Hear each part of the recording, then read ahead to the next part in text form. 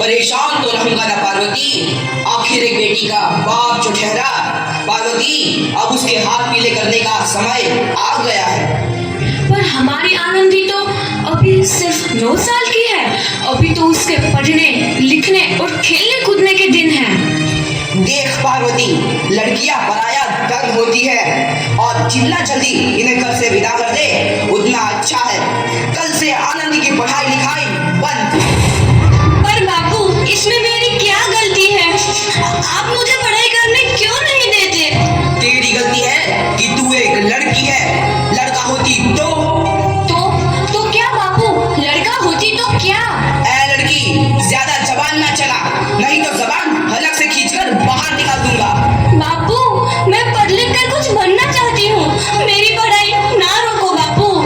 आनंदी, तुझे पढ़ना है तो पढ़, लेकिन सारी उम्र बाप की छाती पर यूं बोझ बनकर ना बैठ।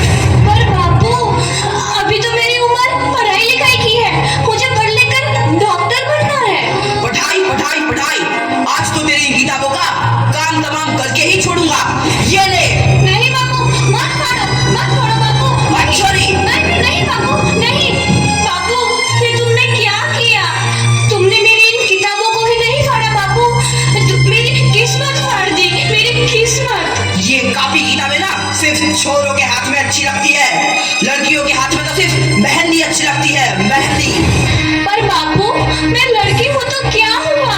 लड़का और लड़की तो हमारी दोनों आंखों के समान होते हैं। चुप कर आनंदी, और यह एहसान मान कि अब तक जिंदा है तू। कहीं बचपन में गला दबाकर मार दिया होता तो यह तेरी बकबक नहीं सुननी पड़ती आज। पर बापू, मुझे चूल्हा जलाना अच्छा ना लगे है। देख छोरी, जितना जल्दी हो तू चूल्हा जलाना सीख ले, उतना ही अच्छा है तेरे लिए। और हाँ, तेरा ब्याह तो होगा, वो भी कल के कल। अपना जीवन है तुम्हारी यह कहानी, आंचल में है दूध और आंखों में है पानी।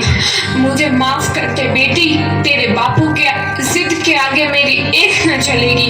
माफ कर दे बेटी, मुझे माफ कर दे। इस प्रकार मात्र 9 वर्ष की छोटी उम्र में आनंदी का विवाह गोपाल राव जोशी से हो गया। बाल विवाह एक सामाजिक कुरीति है और इस कुप्रथा का शिकार होना पड़ा आनंदी को। 5 वर्ष बाद आनंदी 14 साल की हो गई है। उसके घर एक शिशु ने जन्म लिया है। देखते हैं आगे क्या होगा। देखिए ना, इसे क्या हो गया है? इसका माथा तो अंगार की तरफ तप रहा है। इससे तो बहुत तेज बुखार है। आप बिना कुछ भी बोलते हैं, दीजिए मुझे। माधव, माधव, जल्दी से वैद्य जी को बुला के लाओ। जी, अभी बुला के लाता हूँ। ये तुम क्या कर रही हो आनंदी? भगवान की विभूति लगा रही हूँ। बस करो आनंदी, ये सब अंधविश्वास है। अरे आप यकीन तो कीजिए, भगवान की कृपा से इसका माथा ठंडा हो रहा है और बुखार भी उतर गया है ना बाबू? देखिए, दीजिए मुझे। उठो बाबू, आंखें खोलो, तुम्हें तुम्हारी माँ बुला रही है। आंखें खोलो, देखिए ना इसे क्या हो गया है। आंखें भी नहीं खोल रहा। आंखें खोलो बेटा। आप चुप क्यों है? आंखें खोलो बेटा, आंखें खोलो। आनंदी, हमारा बेटा कभी आंखें नहीं खोलेगा। नहीं, ऐसा नहीं हो सकता।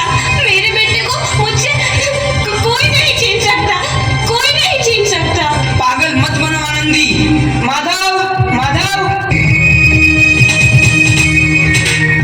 आनंदी, बंद करो ये पागलपन। भगवान ने मेरा बच्चा छीन लिया। भगवान ने नहीं, तुम्हारी अशिक्षा और अंधविश्वास ने तुम्हारा बच्चा छीना है। अगर तुम पढ़ी लिखी होती तो आज हमारा शिशु जीवित होता। तुम अनपढ़ थे आनंदी, अनपढ़। नहीं, अब मैं अनपढ़ नहीं रहूंगी। नहीं रहूंगी मैं अनपढ़। मैं पढ़ूंगी ताकि कल किसी और आनंदी को इलाज के अभाव में अपना बच्चा ना खोना पड़े। शाबाश आनंदी, और यही तुम्हारे अपराध के लिए प्रायश्चित भी है।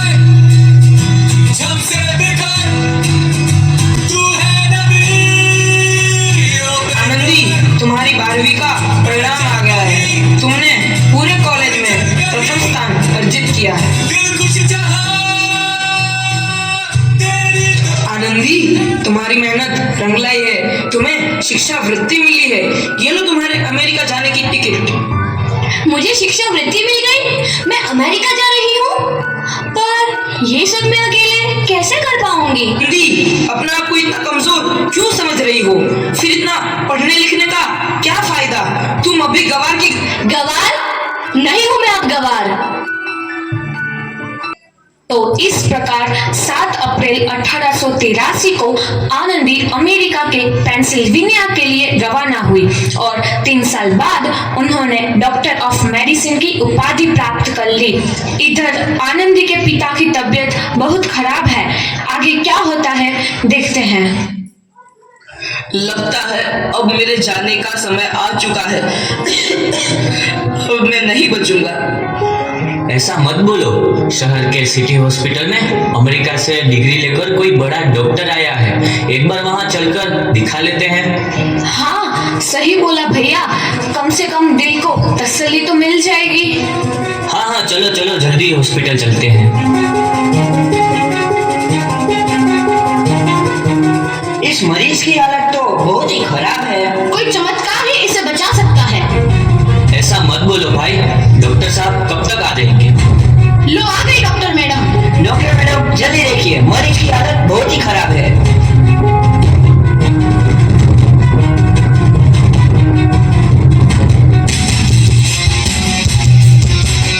अब आप बिल्कुल ठीक हैं। मौत के मुंह से आपको बचाया है डॉक्टर मैडम ने। डॉक्टर साहब ने मुझे बचा लिया।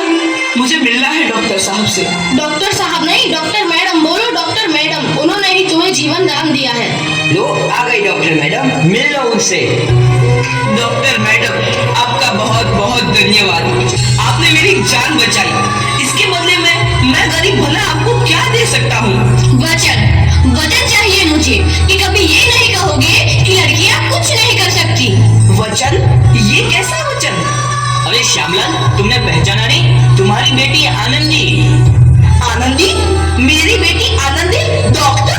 हाँ बाबू, वही आनंदी जिसके लिए बचपन में तूने चूल्हा और दूल्हा के अलावा कुछ नहीं सोचा था।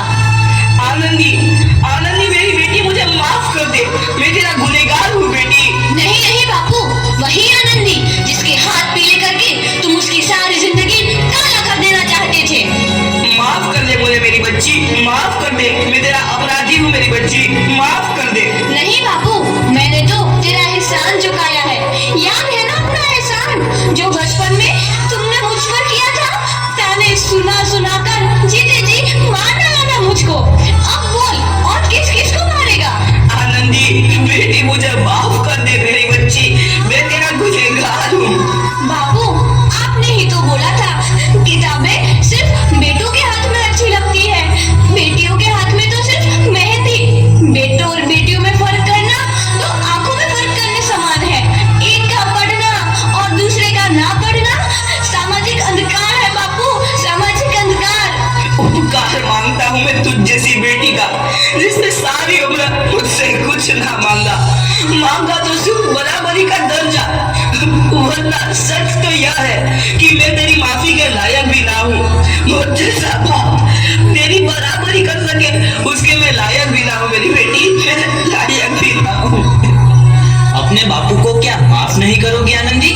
माफ कर दो आनंदी, माफ कर दो। सुबह का भूला यदि शाम को घर लौट आए तो उसे भूला नहीं कहते। बापू, तो इस प्रकार आनंदीबाई जोशी ने अपनी मेहनत और अटूट इरादे से न केवल भारत की पहली महिला डॉक्टर बनी, बल्कि आगे चल के उन लड़कियों के लिए सुनहरा रास्ता दिखा गई जो जीवन में कुछ करना चाहती थी। तो इस प्रकार आनंदीबाई जोशी ने हमें सिखाया कि लड़कियां भी पढ़ सकती हैं, आगे बढ़ सकती हैं और देश का नाम रोशन कर सकती हैं। उन्होंने बहुत मुश्किलों के बावजूद भी हार ना मानी